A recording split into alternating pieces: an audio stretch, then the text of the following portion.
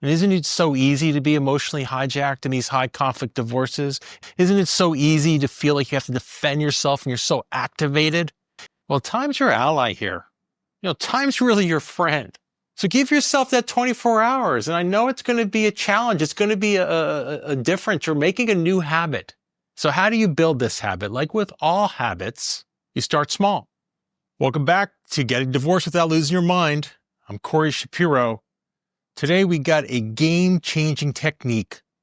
It's a great strategy. It's a challenge for you. It's a 24-hour pause. It's really going to be such a difference maker in your high conflict divorce. Now imagine this. You've had a wonderful weekend, maybe with your friends, maybe your kids, or with your soon-to-be ex. You wake up the next morning refreshed, recharged, you might have a fun day planned. And your soon-to-be ex fires a text to you. And it's filled with accusations and distortions or disinformation. And your natural tendency is just to respond. But is that really a response? It's really more of an emotional reaction. It's going to lead you to some spiral. And that's what this 24-hour pause is all about. Think of it like a storm shelter. Getting some protection when you need it. It's not a sign of weakness. It's really a sign of strength. It's a sign that you need to regroup because you've been emotionally hijacked.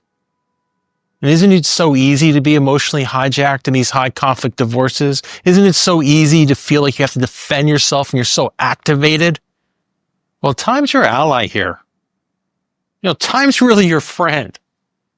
So give yourself that 24 hours. And I know it's going to be a challenge. It's going to be a difference. You're making a new habit. So how do you build this habit? Like with all habits, you start small.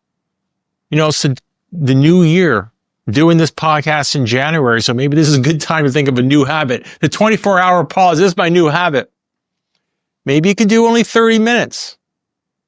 Ideally, you'll like to at least get a night's sleep. So there you got about 6 to 8 hours, depending on how well you sleep. You could write it out. You could do the Abraham Lincoln method, write out what you want to send, wait 24 hours and look at it again. I am telling you, it's going to be improved. Now, beware of this urgency illusion. Such an illusion that everything's an emergency, especially in a high conflict divorce. But that's not the case. That just feeds chaos. So slow it down. And really what I want you to think about is that there's so many little battles, but I want you to play the long game. It's not about a sprint. This is really an ultra marathon if you're in one of those higher conflict divorces, and I hope you're not. But next time you're in one of these situations where you feel emotionally pulled, just remember to wait. Remember about the 24-hour challenge, a new habit you're going to have in 2025. You're going to do this. You can do this. Let me give you some reflection time, a little question for you. What's one strategy you can try next time you're feeling emotionally triggered? Remember, the 24-hour pause is not about avoiding. It's about regrouping. It's about being tactical. It's about everything I talked to you about in this podcast and in my book, available on Amazon, Getting Divorced Without Losing Your Mind. I'm helping you be more creative, less reactive, so you can make better decisions in your divorce. Thanks for joining us. I'm Corey Shapiro. Thank you for tuning in to the Getting Divorced Without Losing Your Mind podcast. We would love to hear your feedback. Send Corey an email to feedback@gettingdivorced.org.